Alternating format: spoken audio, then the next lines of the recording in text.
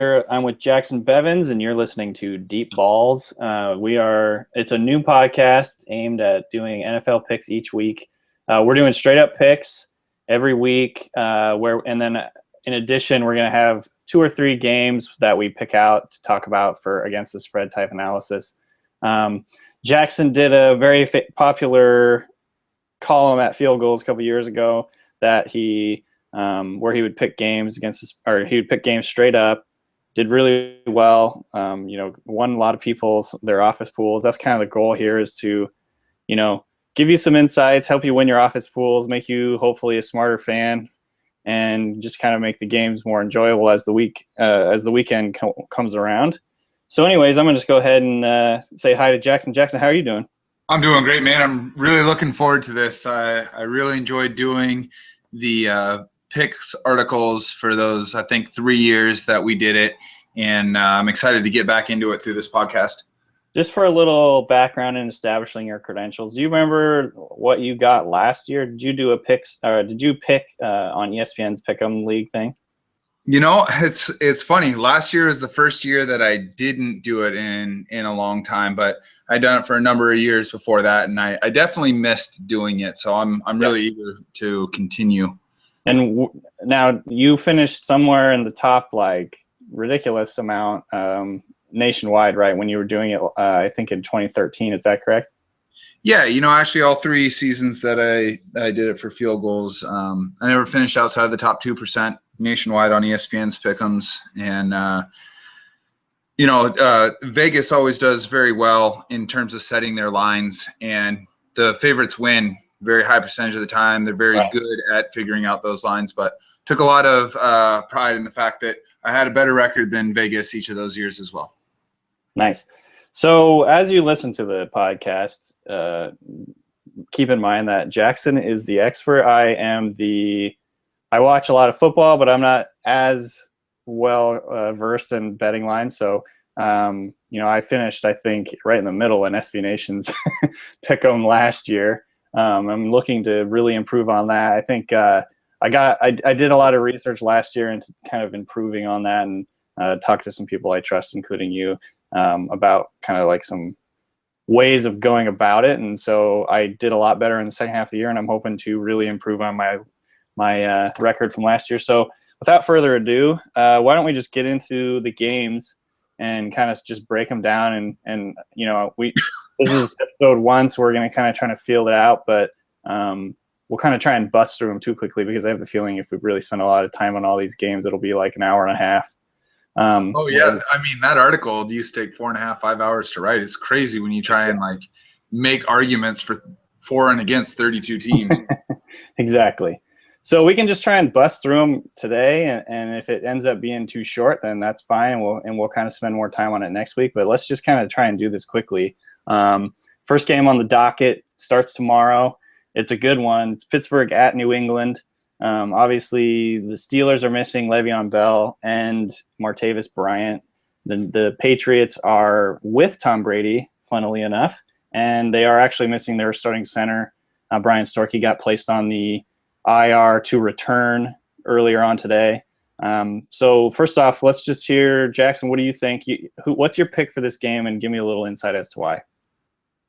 Well, I really like both of these teams this year, especially with Brady not getting the suspension. I think that keeps New England right in that upper tier of the NFL this year. But I actually have Pittsburgh as, one of the 2 teams in the AFC Championship this year. I really, really like them this season. I think that they just have a tremendous amount of offensive clout.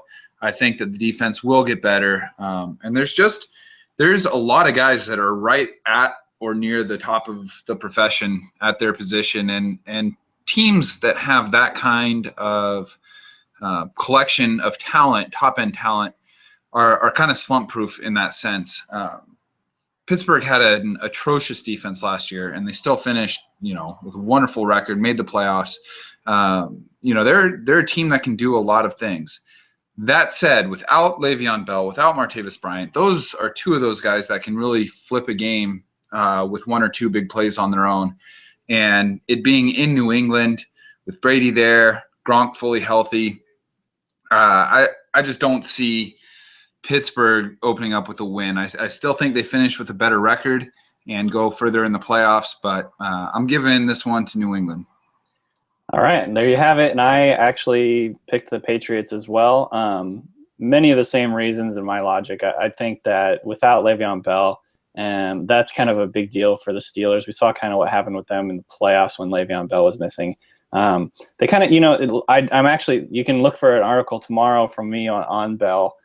He was one of the biggest bell cow backs in the NFL last year. He was only behind DeMarco Murray in the amount of his percentage of the team's rushing yards.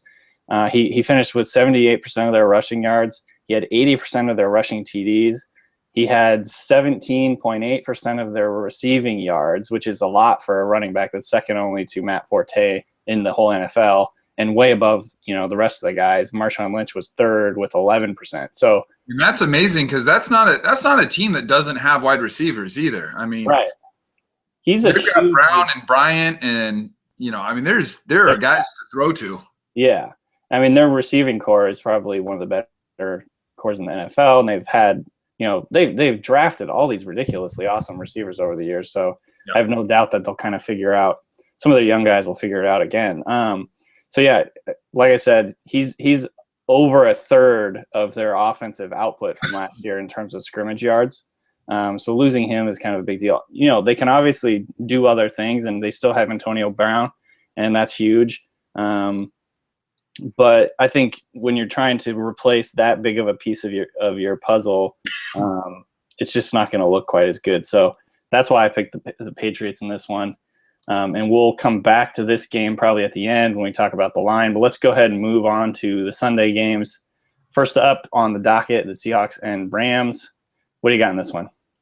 I think this is a really dangerous game for Seattle. It's been my experience that the most difficult week of the season to pick is week one. It's the type of week where you can win your office pool with 11 wins. You don't need the 13 or 14 that you will later in the season.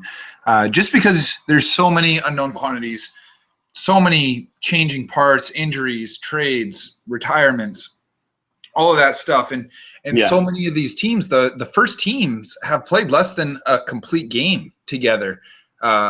Less than 4 quarters of actually having the first teams on the field together. And it just takes a little time for that to click. I think the positional group where time together matters the most is offensive line. I also think that happens to be Seattle's weakest positional group.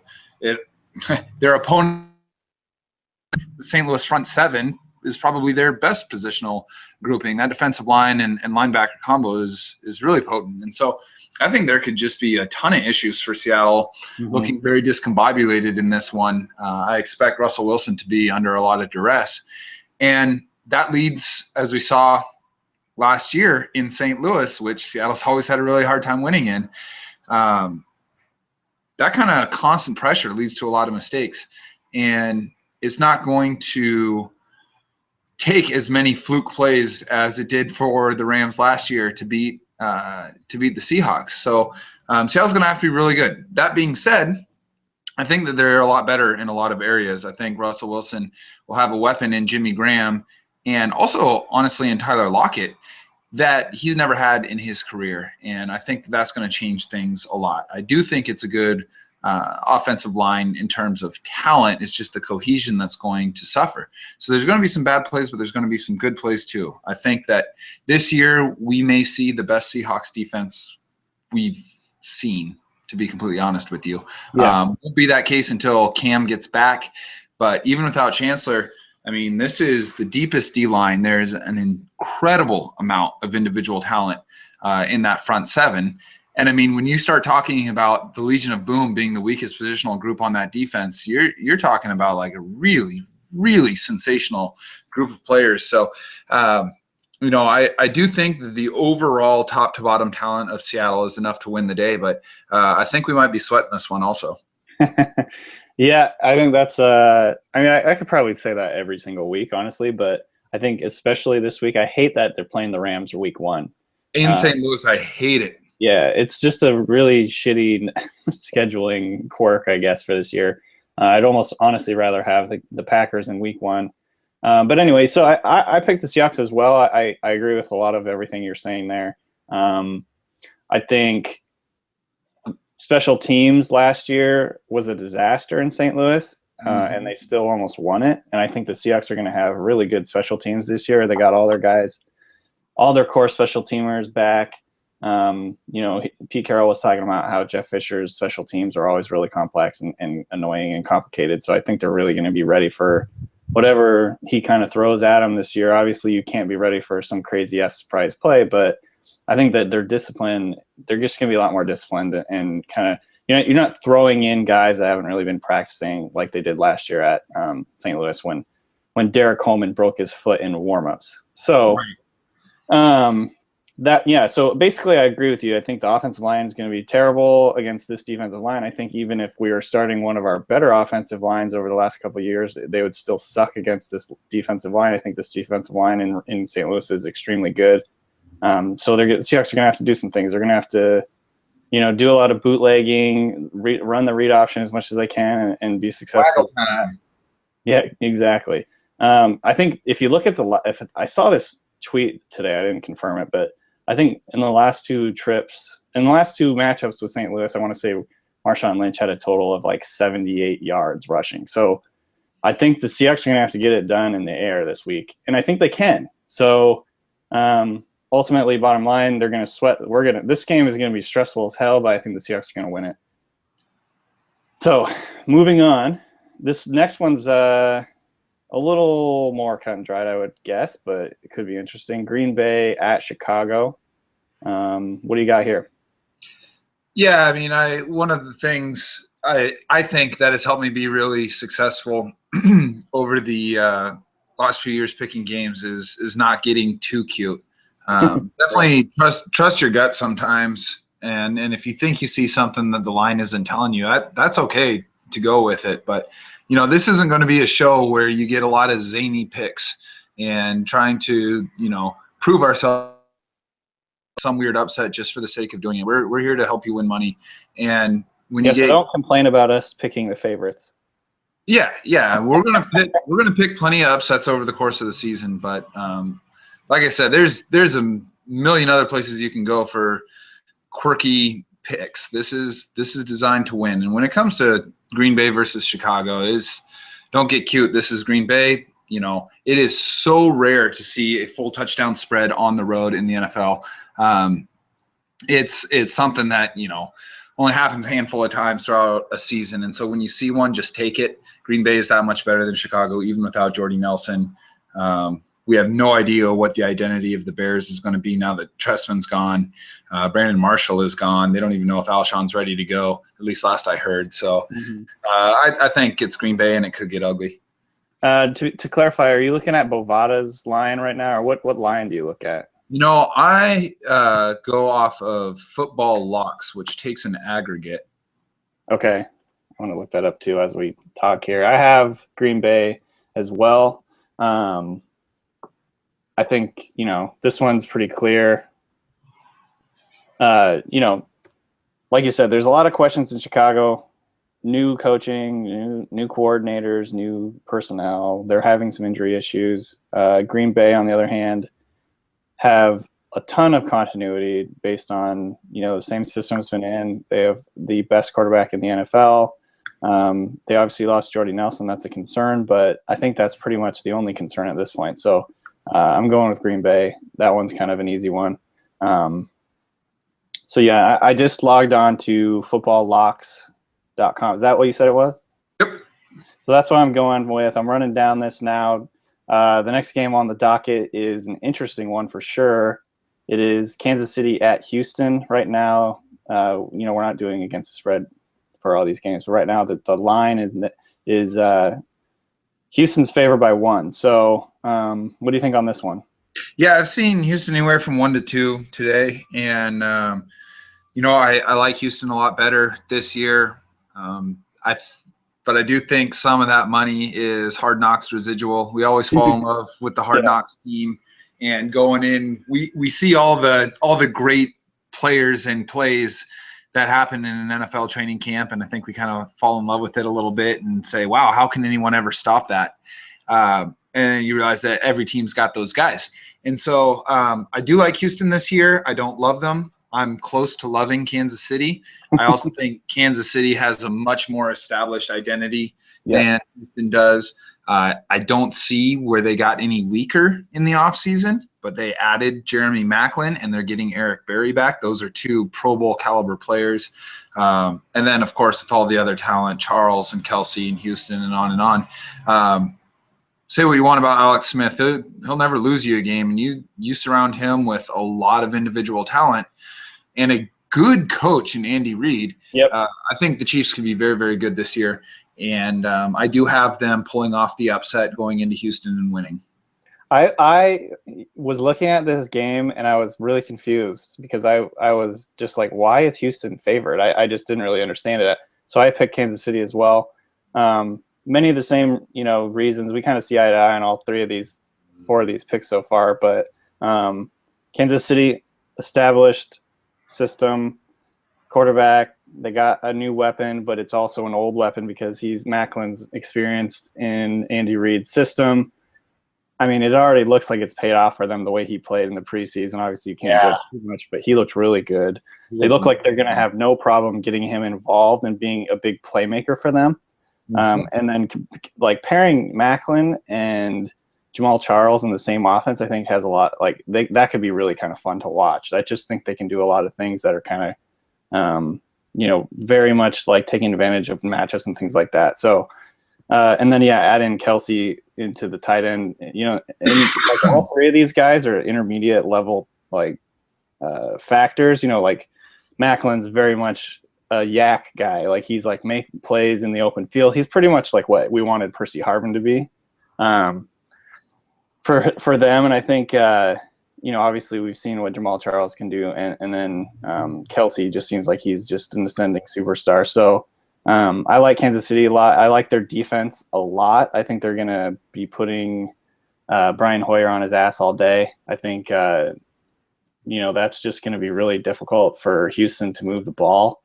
I don't think I don't really I mean, they were 9-7 last year, and they, I think, overachieved a little bit because they had a really, really good defense, but without Arian Foster, without Andre Johnson, I think it's just going to look a little different, and I just don't think that they're going to move the ball well against Kansas City, and I think Kansas City is going to win this one. So this is another game that eventually we're going to come back to and talk about at the end of the thing, but let's move down the line. The Browns at Jets, the most exciting game of the weekend by far. What do you got on this one? Yeah, it's kind of one of those. So when it comes to setting a line, Vegas essentially spots the home team 3 points. And there's a few teams where it's different. I think the Packers typically get 4 to 4.5 at home, and the Seahawks last year 5.5 at home. But other than that, 3 to 3.5 is kind of just what Vegas gives the home team as home field advantage. And so when you see a home team favored by 3 points, what that means is essentially a pick 'em right, on a neutral field. And I sort of developed, as I went through and tried to figure out why my picks were successful and why, were there certain teams that were tripping me up more than others and all that kind of stuff. I sort of developed a philosophy for games like this, and it's just bad teams, home team. If you got two bad teams, just take the home team, unless you've got a really good reason to think otherwise, an injured quarterback or something like that. Because you can go crazy trying to figure it out. It's so much more difficult to pick a game between two bad teams than it is to pick a game between two good teams, because good teams are generally consistent, bad teams aren't, and inconsistency is what makes predicting difficult. So one of the largest factors, the most indicative factors in who wins a football game is who's playing at home. And so when in doubt, if there's bad teams, take the home team. It happens to be the Jets in this one, but I really don't like either of them. Yeah, and I mean, I can't really say anything different. I think that's like the same philosophy that I had that I kind of developed last year. And I talked to Davis about this. I talked to you about this. Davis Sue, for people listening, and he's good at picking games as well. It's the exact same thing. It's like, one, the line is, it's there for a reason. It's a good barometer. And go against it if you just have a gut feeling or you just think it's wrong or if you think it's based on whatever factor. But the home team, yeah, exactly. Two bad teams, pick the home team. I went with the Jets here. I also think that I like Ryan Fitzpatrick. Is it Ryan Fitzgerald or Patrick? Now I'm like, it's Fitzpatrick. Fitzpatrick. I like him more than I like McCown, and I am a strong believer in I'm not a strong believer in QB wins, but when with all like everything else being relatively equal, which I think the Browns have a good defense and the Jets have a good defense. I think that you go with the better quarterback, and I think in this sense I like him a little bit more. They're both kind of journeyman whatevers, but I guess that's why this is a pick 'em. So long story short, picking the Jets. Let's move down the line. This one is the Colts at Bills, which I think is a really interesting game. And I'll be looking forward to watching that game, hopefully, on my NFL ticket. But what do you got in this one? Because right now the line is the Colts are favored by 2.5. I want more than anything to pick Buffalo in this game. I do. I really, really like Buffalo this year. I think that they have one of the two best defenses in the NFL. I think that they've got some real playmakers on offense in McCoy, when he's healthy, Sammy Watkins. Yep. I think this is a team that's going to win more games this year than their fans are accustomed to seeing.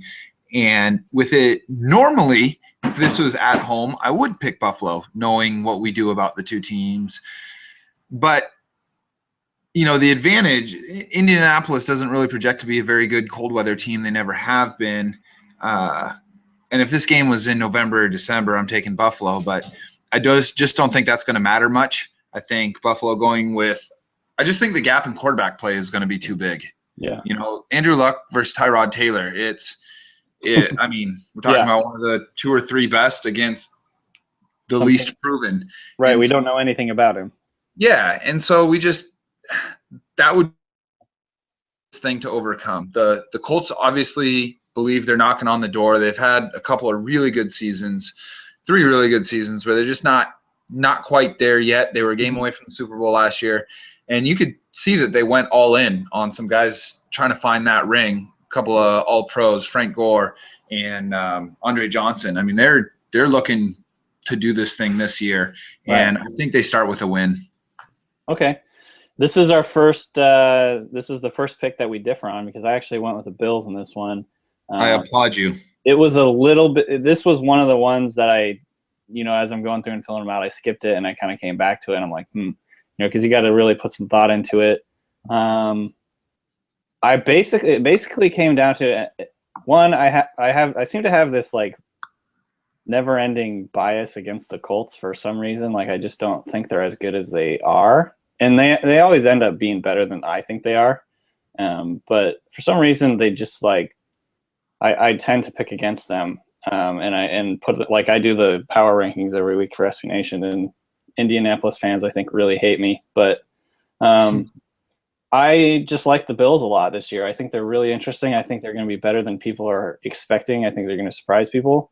Last year, they finished, I want to say 9-7. Yeah, 9-7. They were knocking on the door for the playoffs for the first time in forever. And that was, I think a worse situation for them last year than it is now. I think they're better this year. I think, like you said, they got Watkins, Robert Woods, Marquise Goodwin, he's a speedster, Percy Harvin, and I think Charles Clay is going to be an X factor for them. And I think Tyrod Taylor kind of gives them an added, the whole Russell Wilson thing where he can do things with his legs and they can probably run, some pretty interesting things with all their different weapons and using him as bootleg and things like that. So long story short, I'm going with the Bills on this one. I think it's going to be close. I think the Colts, obviously they're going to be really good on offense. I still don't really know about their defense. So that was pretty much my reasoning. I think the Bills are it's a good matchup for them. I think, their defense is really good. Their secondary is really good. And they can get after the passers. So they could cause some problems for the Colts, and they're going to be at home. So I think the final factor to me was that it was in Buffalo. I think I would have picked the Colts if it was in Indianapolis for this one, but going with the home team here. I'll agree that this was one of the toughest, if not the toughest game for me to pick. It's one I circled back to it 2 or 3 times. Yeah. Well, move down the line. This one's going to be funny because I accidentally picked the wrong team on this, but I'm just going to assume the pick that I went with and run with it. We're talking Dolphins at Washington. Right now, the Dolphins are favored by 3.5. Who do you have in this one? I think I know the answer. Yeah, I've got Miami. They are favored on the road. I really like Miami this year as kind of one of those final 8 teams. I think they can make it out of the first round of the playoffs with the type of talent that they've accumulated. I really buy Ryan Tannehill. I think kind of gotten lost in the conversation that surrounds so many of the other quarterbacks that came out at the same time he did, but he's just kind of quietly gotten better. His teammates seem to just absolutely love him, talk about command of the offense. He's a guy who can make every throw. I think this year he comes into his own.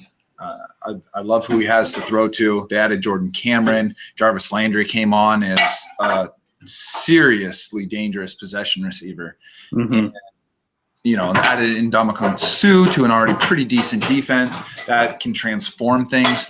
If you've heard me on podcasts, read my articles before, I'm a big believer that pressure up the middle of pocket is maybe the single most advantageous thing a defense can do, and no one's better at it than Ndamukong Suh. So I think that they're going to be very, very good this year. And I think that the Redskins are the biggest joke of a professional franchise in American sports. And that's a good segue to me picking them. Take it away, Danny. On accident. So I locked it. I'm going to go ahead and go with the same picks that I picked for SB Nation. I do an SB Nation. We just do pick them every week. Some of the SB Nation writers. And so I was alerted to the fact that I picked Washington, even though I'm pretty sure I did not mean to do that. But I'm going to run with it. And, maybe this will be one of those ones that,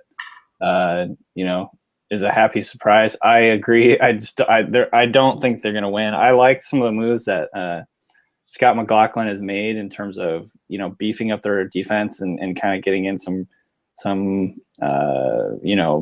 they got Stephen Paya. Yep. Terrence Knighton. And then they already had a couple of really strong pass rushing type guys, Ryan Kerrigan.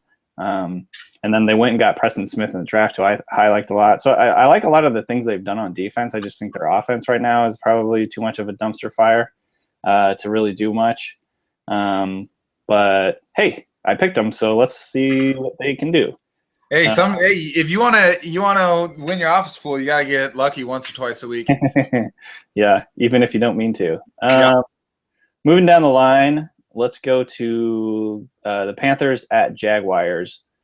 Who did you have in this one? I being a Seahawks fan and seeing Gus Bradley and seeing coaches and players heading from Seattle to Jacksonville makes me want to believe that there's something happening there. I just don't know that there is. And I think that Carolina is not going to be very good. I think losing Kelvin Benjamin hurts a lot. They weren't good last year. I don't see ways in which they've gotten better. I could see them being a 6-win team this year. Even though I like Cam Newton and I really like Jonathan Stewart, Cam's got no one to throw to. I want to take Jacksonville But I can't. I just think Jacksonville's really, really bad. And I think they're too bad to overcome the bad team's home team. If you take Jacksonville because it's, and some people are going to say they don't think Carolina's a bad team, and that's fine. I understand the argument. I don't think they'll be very good. But if you want to take Jacksonville because you think it's two bad teams and you want to follow the mantra of taking the home bad team, I wouldn't blame you at all. That said, I just think that Carolina knows what they're doing more than Jacksonville does. Carolina still boasts a team of a lot of guys who've been playing together for 3 or 4 years now, and that matters early in the season a lot, I think. And so I've got Carolina going into Jacksonville and winning, beating their expansion brother. Yep. I have Carolina as well. I think Jacksonville is going in the right direction, and they've got some talent there, and Bortles has the potential to be good, down the line and potentially right away. But we saw last year after he had a really strong preseason, he kind of came out and was ridiculously terrible. So I still don't, I'm still not buying necessarily on him. So I think, it comes down to, I think the quarterback play, and I also think that the defense on Carolina is just a lot better than Jacksonville. So I pick Carolina's as well. I pick Carolina as well on the road. But it should be an interesting one. I actually kind of am looking forward to seeing what happens in that game, even though it's probably going to be like 12-8 or something like that, But yeah, that'll be an interesting one to watch. Moving down the line, this one should be really good. It's the Saints at Cardinals. Obviously, the Seahawks fans will have interest in this one, trying to see the Saints knock off a division rival. Who do you got in here? I am taking Arizona. I think New Orleans is still a team that when things click, they can beat almost anybody. They just clicking with much consistency the last season and a half. And a lot of that just has to do with how poor their defense has been. But they've been investing in it. I do think they'll be better this year. I think that their offense took a huge hit, obviously, with the loss of Jimmy Graham. But I think there are other weapons in place there. I think Brandon Cooks is going to be a star in this league. I love their running backs. I think they've got probably the most talented top-to-bottom running back depth chart in the NFL. And that matters, especially when you go on the road. So if things click, and they very well might, I could see the Saints winning this game. But I do think Arizona is a good team when Carson Palmer is healthy. I really do. I think they did fluke some wins last year with their backups, but Carson Palmer is really good. And, he's underrated as an NFL quarterback, and he's got weapons around him. Fitzgerald still he had a down year last year, but when you look at his splits with Carson Palmer versus without, he was, in terms of fantasy production, he was a solid wide receiver too when Carson Palmer was in there. So I still think he can produce. They've got Michael Floyd. They've got Andre Ellington. There's some things there to like a lot, and I do still think that defense is pretty good. But ultimately, I think that them being healthy is the difference, and seeing more or less the Cardinals that we saw at the beginning of last year. I think Arizona takes this one. Yeah, I picked Arizona as well. I think, as much as you don't want to like a team, I like Arizona just because I like how they're really, really aggressive. They attack downfield with their passing game. Carson Palmer probably loves playing in this offense because he gets to chuck it. So, awesome. It's really cool, man. It's like they take their shot at just stealing touchdowns from you instead of needing 12 plays and 4 first downs to get a touchdown. They're not afraid to take a shot at just stealing one. Yeah. And so I like them for that reason, and I think their defense is still going to be strong. I think losing Bowles is going to be interesting, because I think it was more of his defense than – I think Arizona fans could probably say the same thing about the Seahawks, like, oh, you guys lost your defensive coordinator too. But it's like at the same time, this is Pete Carroll's defense. Like every defensive coordinator that comes here is just a steward. Whereas I think Bowles really installed his defense there last year, and it kind of took on his identity. And I wonder, I don't know, maybe Arians will come in and basically do the same thing. That's definitely possible. But I think, there's a reason Bowles got a head coaching job. based on kind of his balls to the wall style and all that. So that'll be really interesting to see what kind of happens with their defense. And, it's going to be fun to watch because Drew Brees is one of the best at, kind of making tough throws, staring down a gun barrel. So he's going to face a lot of pressure, but he can also make him pay. Totally. So it's going to be a fun game. I picked the Cardinals on this one, mostly just because it's in Arizona. But I think it's going to be a really fun one. Let's move down to the Lions at Chargers, another strong matchup. There's a lot of really good matchups this week. I don't know if it's maybe just the NFL in general is really awesome, but seems to be some interesting games. Who do you have with this one? Yeah, there are a lot of games that are really difficult to pick in week one, and I think that has to do with large middle class this year. I think there's fewer great teams and fewer awful teams than the league has seen in a while. I think there's 20 to 25 really competent teams, and that makes for tough picking, especially early in the season. No doubt. This is one of them. Two teams with kind of different identities last year and pretty similar success. The Chargers were a very efficient offensive team, as Seahawks fans saw in September of last year, and but they were a poor defensive team. Detroit was actually, for all the yards they get, they're not really a very good offensive team. They get a lot of yards. Yeah. But I mean, it's just it's volume from an efficiency standpoint, from a putting your team in a position to win standpoint. They haven't been very good, but their defense was excellent last year. Mm-hmm. And then they were atrocious in special teams, but a lot of that had to do with their kicker missing like 5 of his first 9 field goals or something. Right. I mean, crazy. Or 5 of his first 6. It was just bizarre. Anyway, I think they missed their first 6 or 7 kicks from beyond 40 yards last year. With Didn't they bring in someone new? Yeah. They brought in someone new, and he missed his too. Yeah, really, really bizarre thing. So I don't really read into that a whole lot. No. I'd like a lot of players on both of these teams. This is another one where it's the home team favored by 3, so essentially a pick 'em on a neutral field. I actually like Detroit better this year than I do the Chargers, but I have the Chargers winning mostly because it's a home game. They are a very good hot weather team. I mean, they basically stole my answer. Yeah. They put the Seahawks in the sauna last year. Yeah. And Seahawks tapped out, the only team to beat Seattle by more than a touchdown in 4 seasons. They're good when it's hot, and so I've got them winning this one. Yeah, as you were talking, I was looking up the weather in San Diego. Right now it's 93 degrees. There you go. It's not supposed to be that hot later this week. On Sunday it's supposed to be 82, but you know how those things can change. And then again, on the field, it's like 10 or 15 degrees hotter, so it's going to be fucking hot.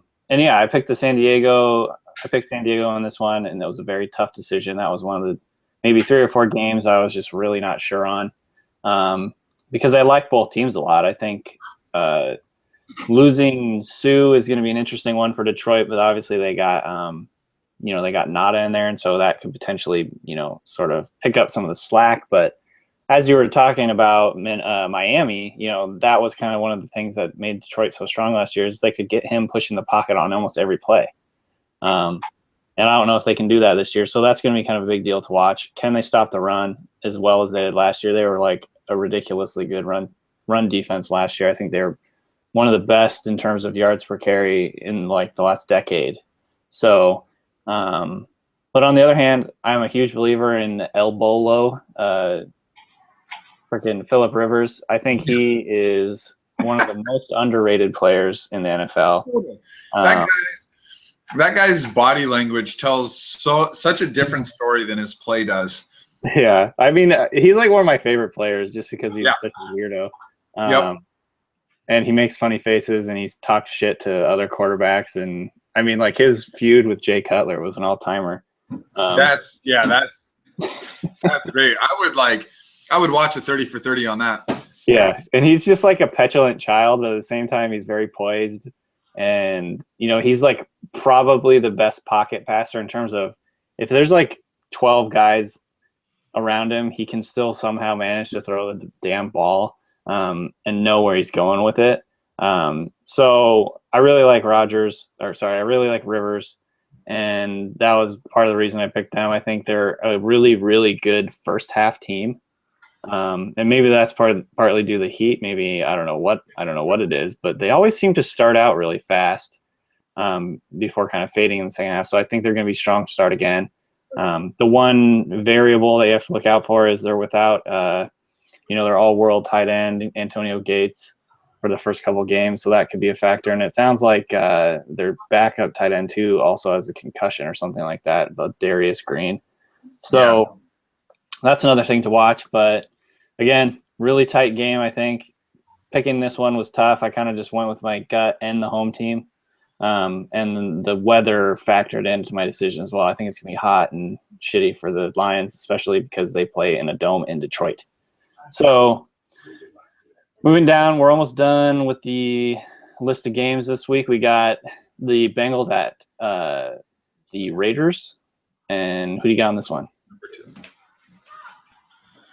I'm sorry, say that again. You got Titans and Titans. No, we got the next game on the list. Sorry, you're right. Actually, I did skip one. Let's go Titans at Buccaneers. Okay, cool. Sorry, I cut out there for. No Yeah, this is an interesting game. I mean, I don't know when the last time, if ever, the first two players in a draft faced each other week one. This game's going to be a lot more about Jameis Winston versus Marcus Mariota than it will be about the Bucs and the Titans.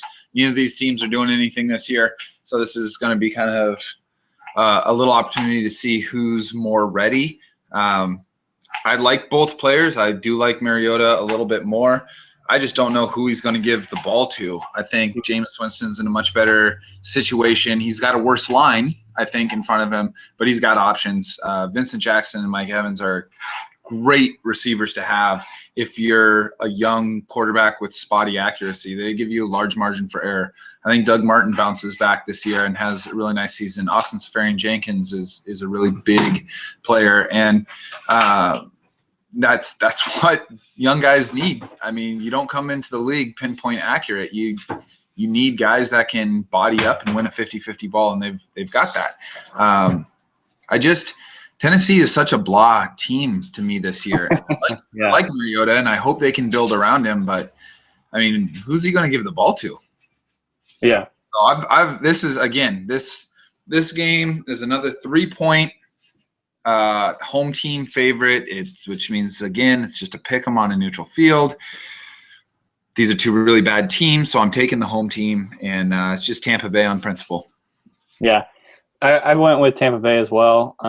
When you talk about who is he going to throw to, obviously he's got Kendall Wright, who's a strong receiver, possession receiver, and then he's got a veteran in Harry Douglas, who he's good, but he's kind of just a veteran receiver, maybe replacement level or so, maybe a little bit above that. And then past that, they actually only kept 4 receivers, which is a little bit odd. They have Justin Hunter, who has really underwhelmed in terms of what they were hoping from him. And then the rookie in Darrell Green-Beckham, who has a high ceiling, but, this is going to be his first NFL game. Can't really expect a whole lot from him. So, I agree with you. I think the Titans are just kind of blah. The Tampa Bay just has more upside to me right now, and that's kind of the reason I went with them. I think also being at home will help. And, it just goes to show it's like this is a 3-point spread, and it's taking Tampa Bay at home. You give 3 points to the home team. It's kind of just a pick 'em. So it'll be fun to watch though, just because of that. Yeah, totally. I'll have one eye on that game for sure. Yeah, and I agree with you about Doug Martin. It'll be kind of interesting to see if he can bounce back this year. He obviously looked pretty good in the preseason. So moving on to the Bengals at Raiders. This game actually has a little bit closer line than I was expecting, although it is because it's at Oakland. It's they've got the Bengals favored by 3.5. What do you think on that one? Yeah, I'm taking Cincinnati just because it's a good team versus a bad team. But I do think Oakland is headed in the right direction.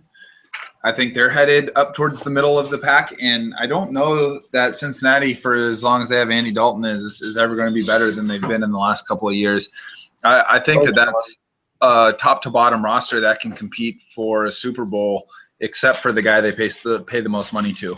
And I just they're kind of in that coin flip position when it was time to re-up him, where you kind of know what you have in Andy Dalton. You have the definition of a league average quarterback, but you say, are we grateful that we've got one of the top 15, 16 quarterbacks and we lock him up, or do we roll the dice on this kind of window to make a run with someone new, and they chose to stick it out, and I just think that gives them a lower ceiling than they would otherwise have. Not crazy about the Bengals just because of that, but I do like them to win in Oakland. Oakland will get better this year. I like Derek Carr. I think Amari Cooper is going to be an NFL-ready receiver from the get, but I just don't think they have the firepower to overcome the depth and talent advantage that Cincinnati has. Yeah, I agree. I'm bullish on Oakland as well, but at this point, it's just I don't think they're there yet. I think as the year goes on, they're gonna kind of surprise some people and probably give people some trouble. But I don't think in week one it's gonna happen. So I'm going with the Bengals. We don't need to spend a whole lot of time on that game because I pretty much agree with what you said. Let's go to another really good-looking game, the Ravens at Broncos in Denver. What do you have on that one? Man, I like Baltimore a lot. I think that just as a franchise, I think they're kind of a model. I think that they are unafraid to reinvent themselves as they see fit. They're the type of franchise that's never going to be down for long. I admire a lot about the way they do things. And I really wanted to pick them. They finished as the number 5 team in DVOA last year, believe it or not. It's crazy. But Denver was number 2. And it all comes down to which Peyton Manning is it, Peyton Manning of the last month and a half of last season. But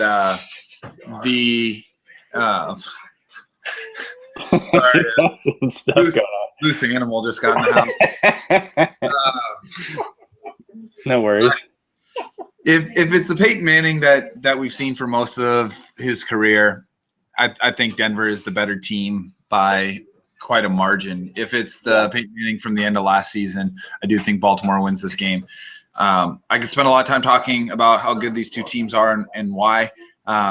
But for the sake of streamlining this, because I'm super interested to hear what you have to say on this game, I am taking Denver because I'm anticipating that Peyton Manning, that it was a quad issue last year and that's better. So I'm taking Denver, but that's a really tough one. Yeah, and I don't know if I'm more bullish on the Broncos than everyone else is, or if maybe that's kind of the consensus, but I really like the Broncos. I think they're more than just Peyton Manning. I think that they have a really good defense. They have a really good secondary. Yep. Chris Harris and Aqib Talib are 2 of the best corners in the NFL. I think J.J. Ward is a good safety, although he'll be suspended for 1 game to start out, so that could be a factor. But their pass rush is just ridiculous as well. So, as the Seahawks saw, Von Miller, one of the best pass rushers in the NFL, DeMarcus Ware, he's obviously a little older now, but I think he's still really good. And then they've got some interior guys who are strong pass rushers. They've got a good, will linebacker in Brandon Marshall. I think they're really solid on defense, and I like some of the moves that the old Elway horse guy has made. So think about that roster. Maybe only Seattle, and I don't even think Seattle can boast as many guys who are at the top 3 or 4 at their position that Denver can. Yeah. They have so many good receivers. They have a couple of really talented running backs. Their quarterback is excellent. They've got great pass rushers, good linebackers, exceptional corners. It is a complete team, no doubt. And CJ Anderson looks like a really good running back as well. Mm-hmm. So, obviously the big question is Julius Thomas, can he be replaced? He was a huge part of that offense last year. I think Virgil Green, has a good shot of kind of emerging as that. I think Peyton Manning tends to make tight ends look really good. Obviously the Dallas Clark era in Indianapolis, that was kind of like, the perfect example. But, Virgil Green, super athletic, depends on kind of like what he can do in routes and stuff. But he's experienced enough in the offense. He knows it. And so I think that could be kind of one of those guys that emerges this year as better than we think he is. I think Emmanuel Sanders is really good. And then obviously Demaryius Thomas is one of the top receivers in the NFL. I think, it depends on kind of what Cody Latimer does this year. He didn't really do anything last year, but Emmanuel Sanders can ball out though. Oh yeah, that guy is good. He's really good. So I like this team. I think the one question is the offensive line. Well, not the one question. There's two questions. The offensive line is one question. Yeah, they had some bad luck this offseason. Yeah. The other question is obviously Peyton Manning's arm and whether he is the same guy from the end of the year or the beginning of the year. And, I don't think anyone really knows at this point yet. So I'm sticking with the Broncos as, one of the NFL's top teams. I think I had them 2 or 3 in my power rankings, and that's kind of assuming Peyton Manning's not done. But that could change quickly if we sort of see quickly, that he's not the same guy. But for now, he is in my mind, and so I'm going with the Broncos. And moving down to the final game on Sunday, we got another pretty good game, the Giants at Cowboys.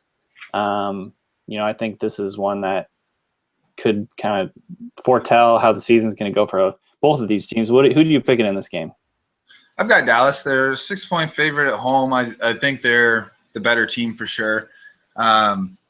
This is too much offensive talent against what purports to be a bad defense. I think that the Giants kind of represent the last dying breath of the previous generation of the NFL. I don't think they're built to win in the modern game. And it's crazy. It's things where it's like, they always talk about injuries being random, right? So many of these are all highly tuned athletes, yada, yada. Well, there's one team that doesn't invest resources in their training program. This is the Giants. They don't, players talk about going there and it being like high school again. And go figure, they've lost more games to injury in both of the last 2 years, not combined but each individual year. Yeah. And the chances, if injuries were as random as we all say they are, and I do think they are pretty random, it just wouldn't happen. But that correlation is there. I don't think they're a team that's built to win. And they've got some really exciting players. I still like Eli Manning. I think Rashad Jennings can be very good. I like the addition of Shane Vereen. And obviously, Odell Beckham is excellent. But, he's a superstar and a deserving one. But top to bottom, it's not a very good team. Dallas might have the best offensive line in the NFL. They've got might be the best receiver in the NFL, and they have last year's highest rated quarterback. So I do see them winning this game. But when you have two teams that know each other as well as they do and two coaches that know each other as well as they do, that can help mitigate some of the talent differential. All that being said, I do have Dallas winning. Yeah, and I agree. I have Dallas winning as well. I'm not sure if anyone in the world is picking the Giants at this point, but I think the Giants are going to be an interesting team to watch because, like you said, they've got so much offensive talent, and Eli is always kind of a big question mark. He can either be extremely good or just suck.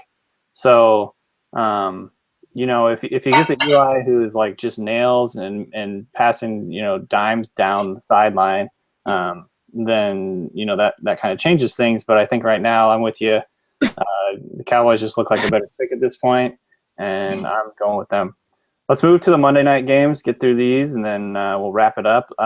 This is going to be an interesting game to me and for Seahawks fans in general, Northwest fans in general. It's going to be the Eagles at Falcons. Obviously, you got Chip Kelly, who is still of an interest to Northwesterners and, just people who like kind of innovative style coaches. And then obviously you got Dan Quinn in Atlanta, the former Seahawks defensive coordinator, took over for a team that ended up being bad last year, but they almost made the playoffs, but one of the worst defenses in the NFL, but they've also got some pieces in there to kind of like really bounce back this year.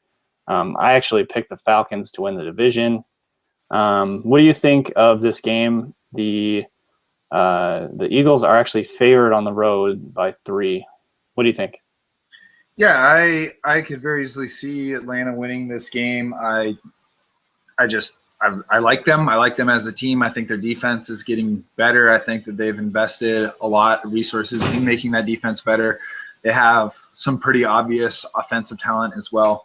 But I think the Eagles will be one of the 3 or 4 best teams in the NFL this year. I could do a whole podcast on Chip Kelly. I think he's like a neo Bill Belichick in just the way that he is always looking to advance his roster ahead of his opponent and is willing to change and willing to adapt and willing to say, why is no one else doing this? And then also just the way he treats his players like nameless commodities. I think he's really built to change the NFL. I honestly believe that. And I think it'll be obvious in this game. I don't think it's a fluke that they annihilated everyone in the preseason. I don't think it's a fluke that Sam Bradford was the most accurate quarterback in the preseason. I think that is an offense that is designed to make everyone successful. His offense creates so much room to operate for so many different guys at the same time. Their front seven is good. Really, the weakest part of their team last year was their defensive back play, and they added Byron Maxwell and Walter Thurman. And most of the listeners of this show know that that's going to be a significant upgrade for them, and they look sensational in the preseason. I think the Eagles are the biggest threat to the Seahawks in the NFC. I think they win this game. I think they cover the spread. I'm all in with Philly. Yeah, I picked the Eagles as well. I think, looking over at some of the SB Nation guys' picks, this was kind of one of those ones that went half and half. But yeah, I think I agree with you. I think, you try not to take too many conclusions from the preseason, but the way that Sam Bradford looked in that offense is kind of scary, frankly. And I have always been kind of like, I like Bradford a lot. I think he's really talented. His problem is staying healthy. And so if that's the X factor this year, like if he can stay healthy, I think they could be really, really good. So I went with the Eagles in this one. I'm excited to watch the Falcons just because the connections to Seattle. And I also think, he's kind of inherited a good team there. Matt Ryan, Julio Jones, some interesting pieces on defense. But in this game, I just don't know if they're going to be quite ready to hit the ground running there. So let's move to the final game on the docket. The Vikings at Niners, which is another really interesting game to me. The line is actually pretty interesting as well. They have the Vikings favored by 2.5 in San Francisco. Obviously, we kind of saw that San Francisco's home field advantage evaporated when they moved to Levi Field. And their entire team has been in upheaval. Who'd you pick in this game, and what was your rationale for that? I like Minnesota's prospects over the next 2 to 3 years. I like Bridgewater. I like the young talent they're putting around him. Adrian Peterson's still probably the best running back on the planet. They're putting a lot of talent on defense too. I really like the direction Minnesota's going. San Francisco obviously very precipitously has gone in the opposite direction, and I could see Kaepernick winning this game. I could, but I don't. And I'm taking Minnesota on the road in San Francisco, which would have seemed laughable as recently as 12 months ago. But here we are. So I picked the Niners in this game, actually. This is another one of the ones that we disagreed on. Sorry, let me double check. You picked the Vikings, right? Yep, I'm taking Minnesota. I zoned out for a second there. Yeah. I was dreaming. I picked the Niners. I think I'm probably in the minority on this one, of course, but until they really bomb, I'm gonna kind of the whole like the reports of my demise are wildly what is it called? I think wildly exaggerated. Right. I'm still kind of on that. I think they still have a good amount of talent on their team. I think that they could be like kind of the whole like backed in the corner, like they're more dangerous now because everyone basically thinks they suck. Obviously, there's a lot of concerns with what they've lost. So, this one was a really tough one for me, but for some reason I just went with it. It's kind of one of those gut things. I'm still thinking, Teddy's still, he's a young guy, second-year guy. The Vikings I agree with you. They're on their way up, and I think they're going to be a good team going forward. But for some reason, I just felt like the Niners are going to kind of surprise some people in this one. And so I went with the Niners, and looking over the picks for SB Nation, I was one of two people to do that. So I think the popular pick right now is the Vikings, but we'll see what happens. That's going to be a game I'm really looking forward to watching. We've got a few minutes here to go through some against the spread picks. I think for today, let's just go with yours, since we're about 15 minutes over the time that we kind of made it a goal to be. And then next week we can kind of fill it out. But what were the 3 games that against the spread that you kind of were looking at? Yeah, one of the things that we're going to do this year is give you 3 games at least each week where if you do want to bet against the spread, and that's basically for if you're new to picking against the spread, it's the Vegas line, and you can pick what side of that line teams will fall on. So, for example, my first team that I'm picking to cover the spread is Pittsburgh. They are picked to lose by 7. I still think they'll lose, but I think it'll be by less than 7. So I have Pittsburgh covering the spread. The other team that I've got one of the other teams I've got covering are the Dolphins. Again, at Washington. Probably fairly rare for me to pick 2 road covers in the same week, but I'm doing it. And actually, I'm picking all 3 road covers this week because I have the Eagles winning by more than a field goal in Atlanta. Just the way I see it going. So I don't recommend betting against the spread on every game. That's a quick way to drive yourself insane. But I do think that every week there are 3 or 4 games that are worth letting the money ride on betting the Vegas line, and those are my 3. Okay, so I'll just throw mine in as well because that was pretty quick. I went with I also picked Pittsburgh to cover the spread in New England. I think the line just looks a little bit big to me in terms of it's right now it's at 7. So that kind of just felt like a little much. I think it's gonna be a close game. I think the other game that I looked at was KC and Houston, and since I'm picking the Chiefs to win that, I thought that was an interesting that Houston was favored still in this one. So that was the other game. That would obviously be my 4th since I picked KC to win, and they are the underdog in that one. Yeah. So those are the 2 that I had closest in mind, and the third would have been San Francisco beating the spread in Minnesota, but obviously that one was kind of my underdog pick. So that's what I got. Very good. And if you want to play against Danny and I, you can join the Field Goals - Deep Balls Pick'em group on ESPN, and you'll get to see our picks every week and see how you stack up. So we're not just giving these picks in a vacuum. We are going to put them up there for public scrutiny, and hopefully we can redouble some of the success we've had in the past. So definitely join that before kickoff tomorrow evening. Yeah, play along. We've got looks like 20-something people in it already. It's the group ID. I'll put a link to this on the page, but if you're listening on iTunes, the group ID is 84854, and it's called Field Goals Deep Balls. So so that's gonna be fun. We're gonna have that'll kind of add an extra element to this podcast. Hopefully you guys enjoyed kind of just hearing us talk through each game. Potentially, just even if you're not betting, it kind of just gives you a way of looking forward to the weekend and kind of just seeing the matchups. And so, just let us know in the comments if you have any suggestions or anything like that for us. And as we said kind of at the beginning, this is kind of an organic thing. We're just figuring it out. If you guys have any, if anybody has a good idea of what they want to do, we can definitely consider it and kind of add it in. So at this point, I guess we'll just wrap it up and, talk to you guys next week. And in the meantime, good luck with your office pools. And if you're betting, obviously, against the spread, then good luck with that. Signing off for Jackson. Any last words? No, thanks for tuning in to Deep Balls. Definitely. So we'll talk to you guys next week. And in the meantime, go Hawks.